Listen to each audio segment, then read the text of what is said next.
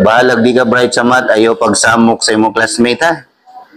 Mas may pa di ka kabawag math nga buutan, mas ganahan ba ko makigauban og dili bright og math na magkasinabot mi, nga dili mangaway na ako, nga dili manungog na ako.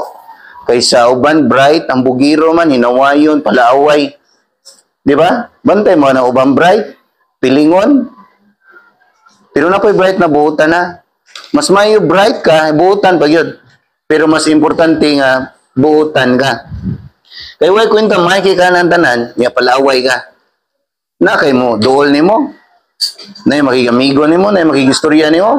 Wala. Unsay gamitan nagkamaw ka na ron. Bahalag di kay ka bright, basta buutan ha. Bahalag dili kay ka bright, basta tarong ka nga tao.